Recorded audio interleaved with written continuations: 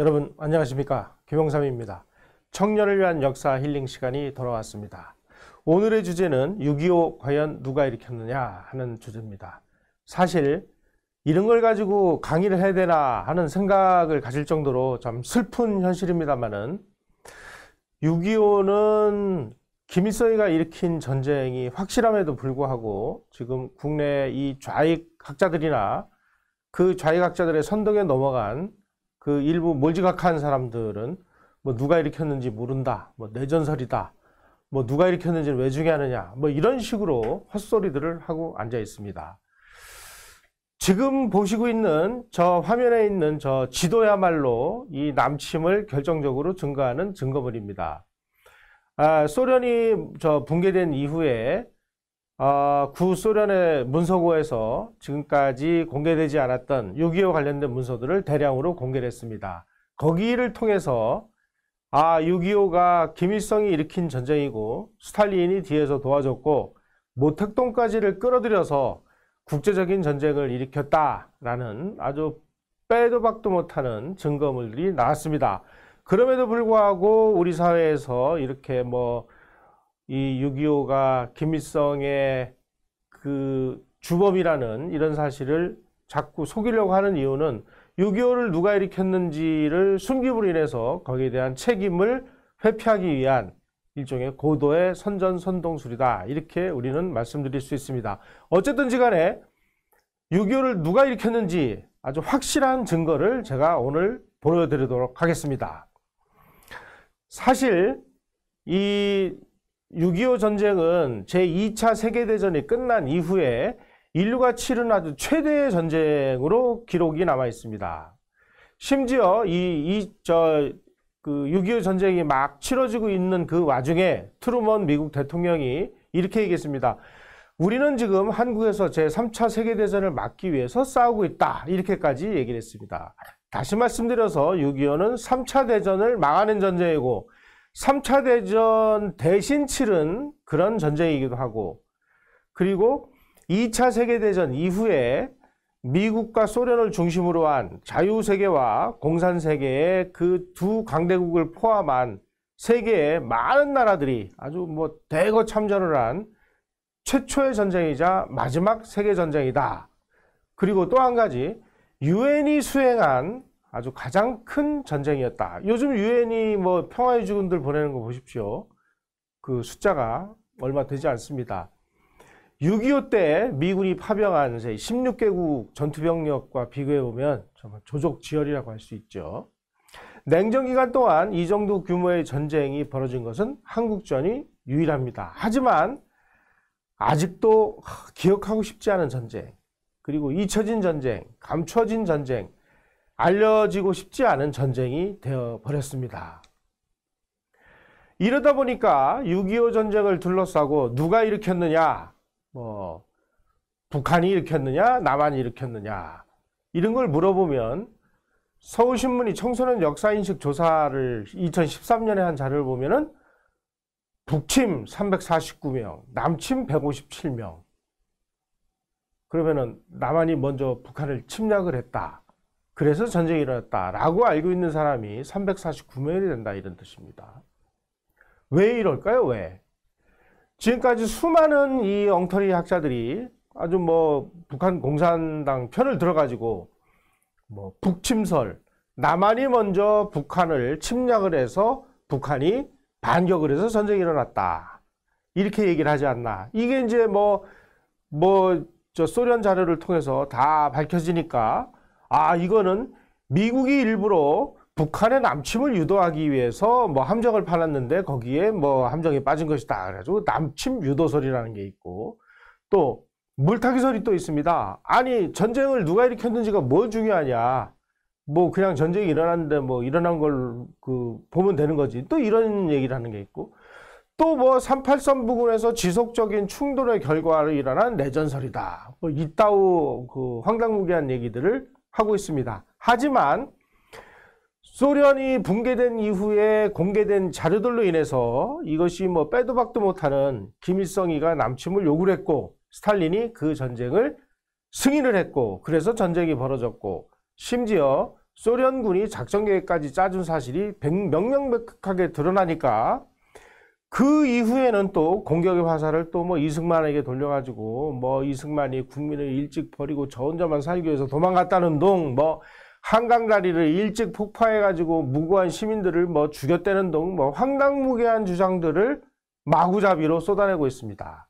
이것들은 전부 김일성의 그 전쟁 그 남침설을 물타기 위해 만들어낸 아주 허위 고의 이 조작이라는 사실을 여러분들은 명심하셔야 되겠습니다. 자, 이 김일성이라는 자가 이 북한에서 1948년 9월 9일 날 이제 조선민주주의인민공화국의 출범을 선언합니다. 그 선언과 동시에 뭘 얘기하느냐? 국토완정이라는 용어를 사용하기 시작합니다.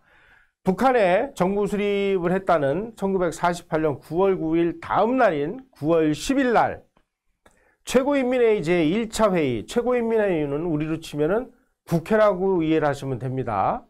제1차 회의에서 김일성이가 정부 시정방침인 정부의 정강이라는 것을 발표합니다. 거기에 중요한 것은 이런 대목이 있습니다. 빨간 표시로 되어 있는 부분을 보시면 되겠습니다.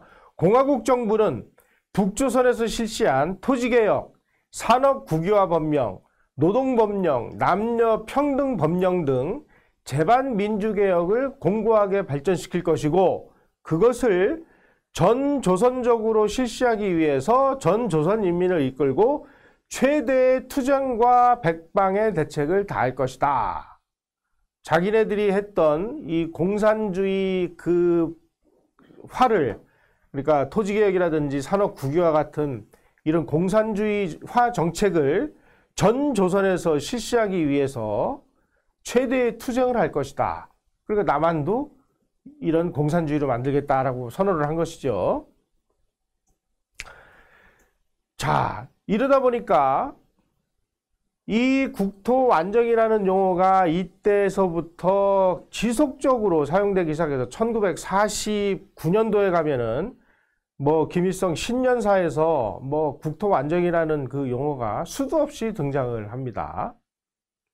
그리고 이 국토완정이라는 것은 뭐 국토를 이제 완전히 자기네들이 정복을 해서 공산 통일 국가를 만들겠다라는 그런 뜻이 되겠습니다.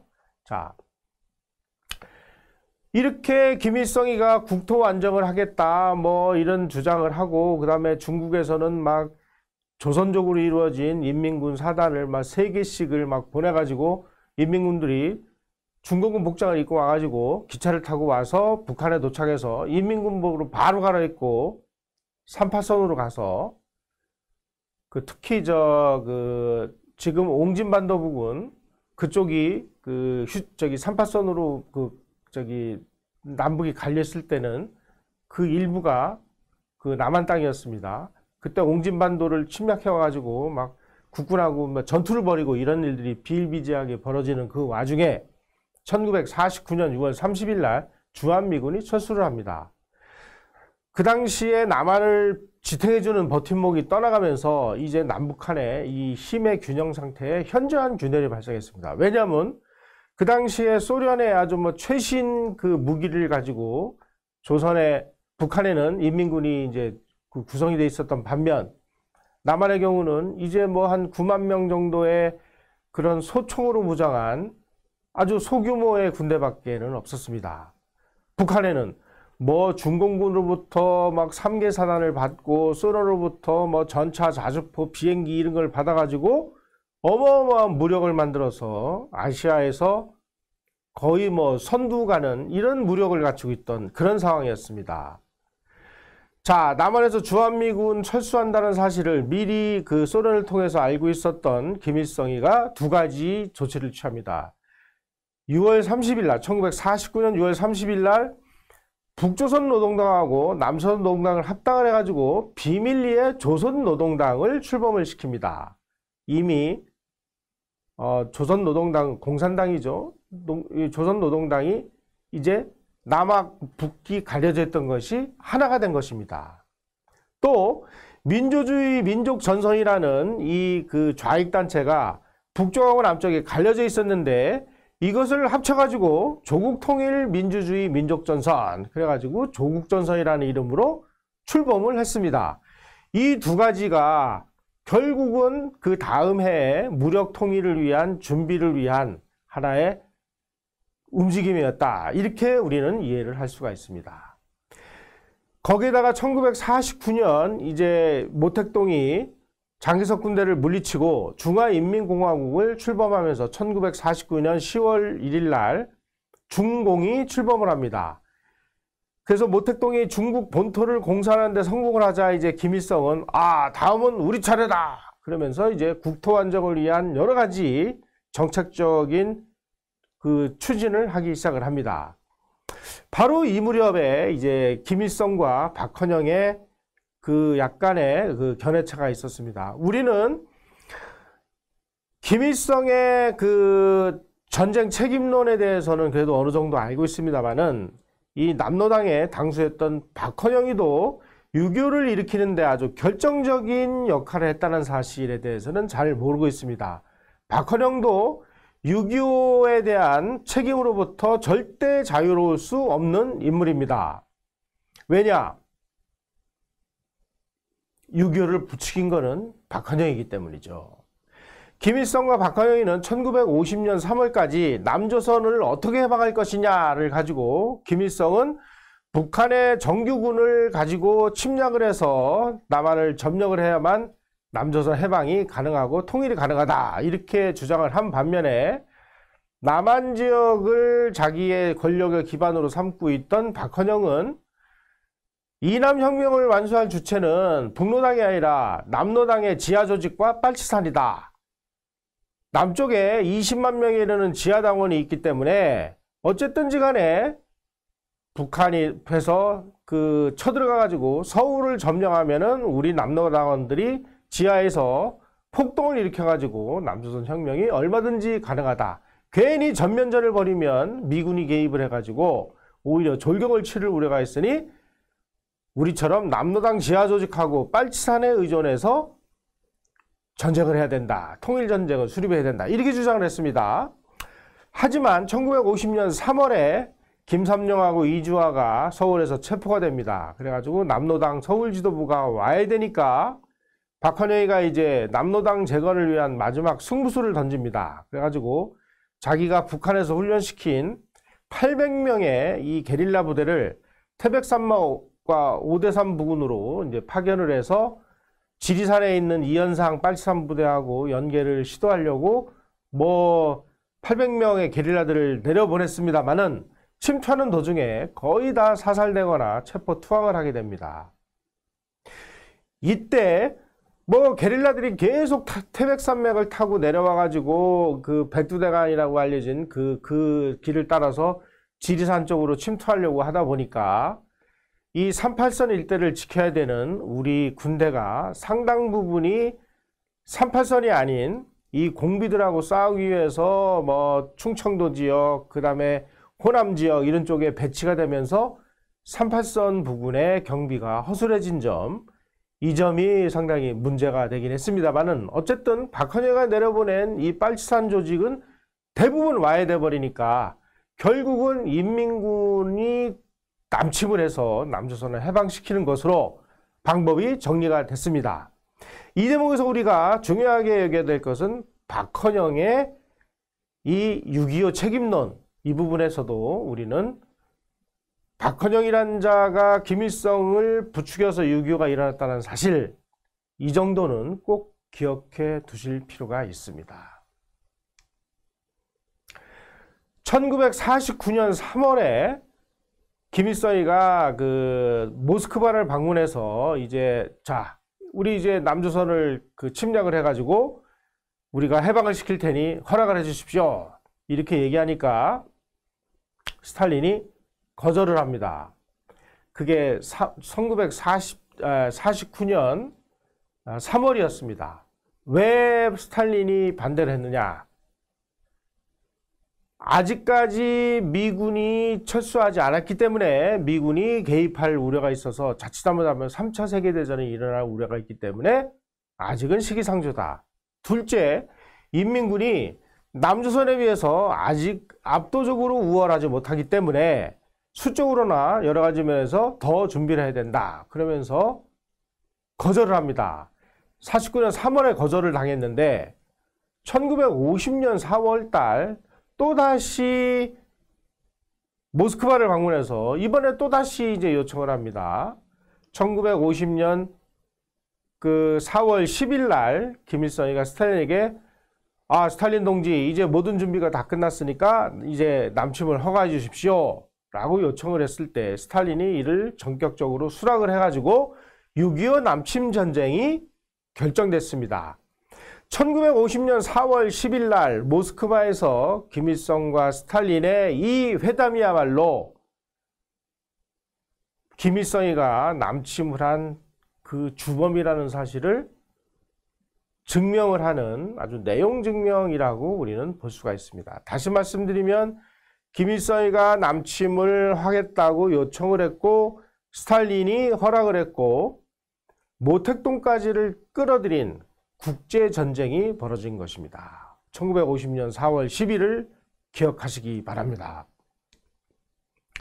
자, 이렇게 그 스탈린으로부터 이제 남침 전쟁에 대한 허가를 받고 이제 귀국을 한 김일성이가 노동당 중앙위원회를 열어서 남침 전쟁을 보고하고 승인을 받았습니다. 뭐 어느 누가 반대를 할 수 있겠습니까? 스탈린이 그 허락을 했는데. 그래서 이제 남침 준비가 이제 점점 더 이제 급박하게 진행이 되기 시작을 했습니다. 전쟁을 하기 위해서 소련이 전차를 242대를 주고 그리고 자주포를 거의 200여 대를 줬습니다. 자, 이 전차하고 자주포 이런 것들은 기름 먹는 하마나 마찬가지입니다. 이 기갑부대를 움직이기 위해서는 석유가 필요한데 이 석유를 비축하기 위해서 원유 수송이 아주 용이한 원산 부근에 정유능력 10만 톤의 정유 공장을 건설하고요. 장진호 부근에 또 정유 공장을 건설하고 여기서 생산되는 그 인민군 연료를 인민군 기갑 부대에다가 이제 공급하기 위해서 이제 비축을 해가지고 이 비축 석유를 이제 준비해 놨습니다. 혹시라도 모자랄 것에 대비해서 1950년 4월에 루마니아로부터 휘발유 10만 톤을 또 수입을 해서 그것도 또 비축을 해 놨습니다.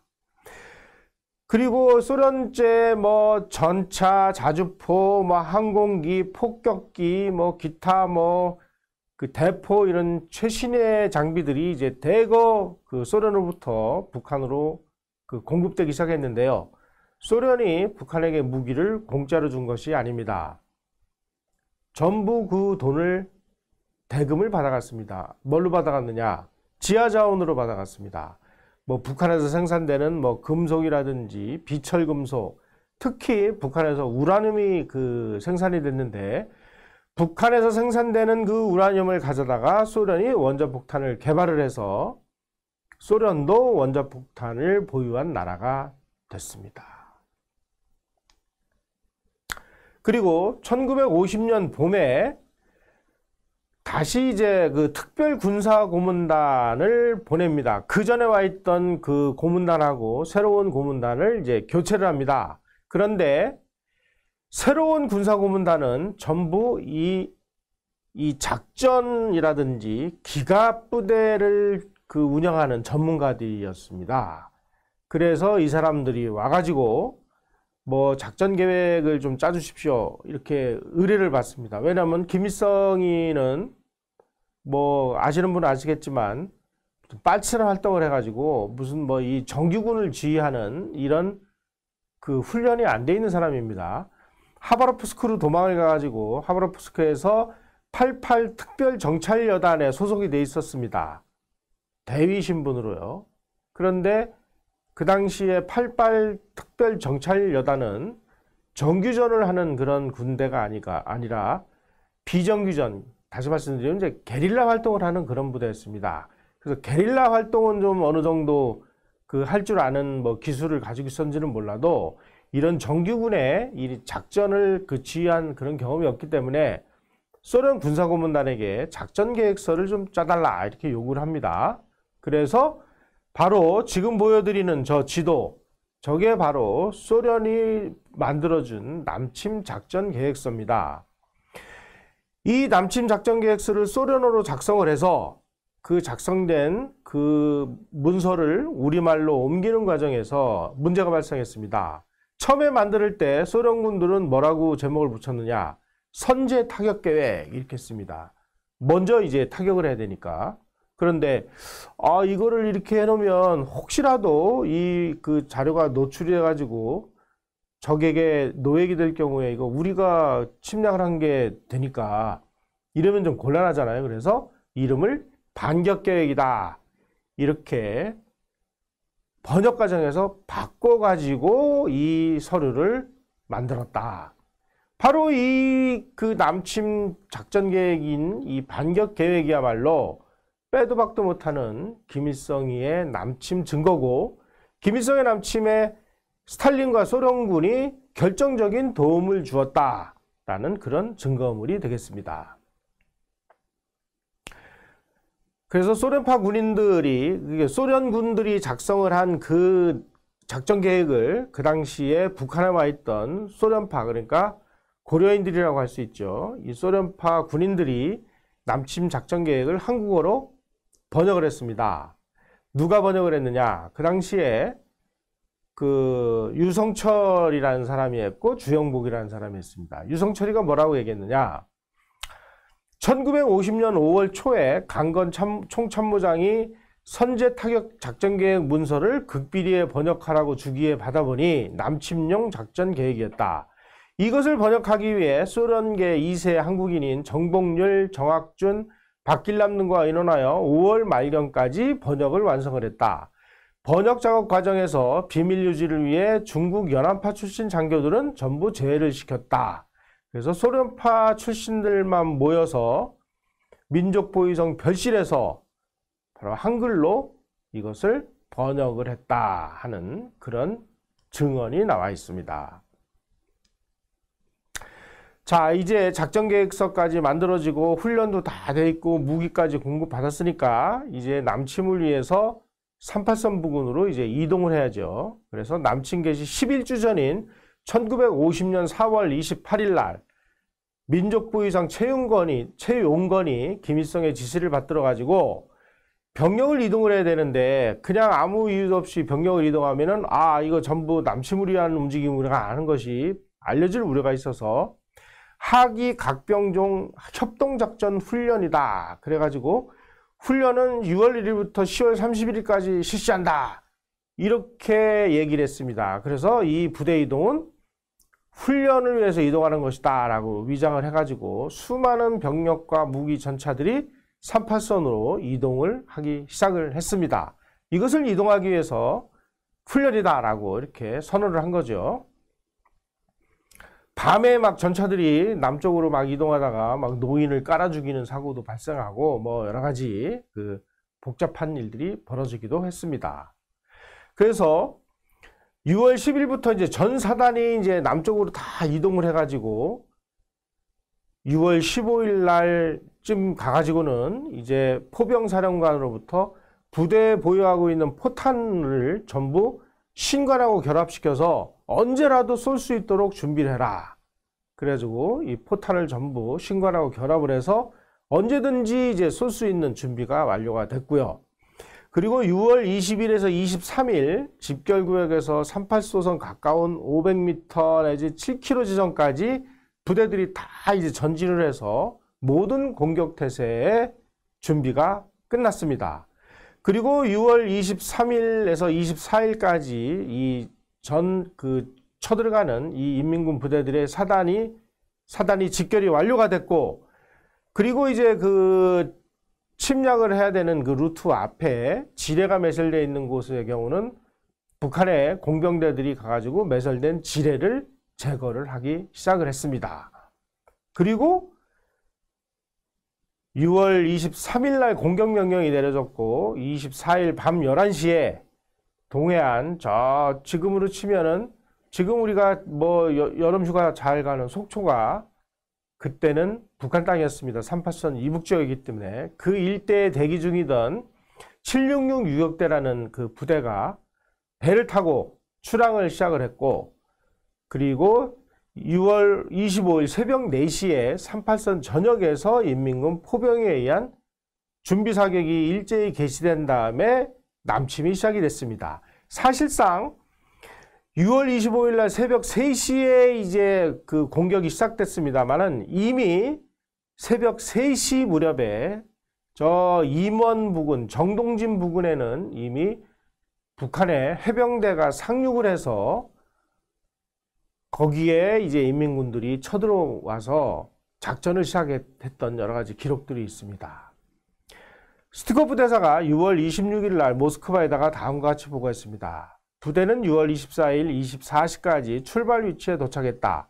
군사행동은 현지 시간 25일 오전 4시 40분에 시작됐다.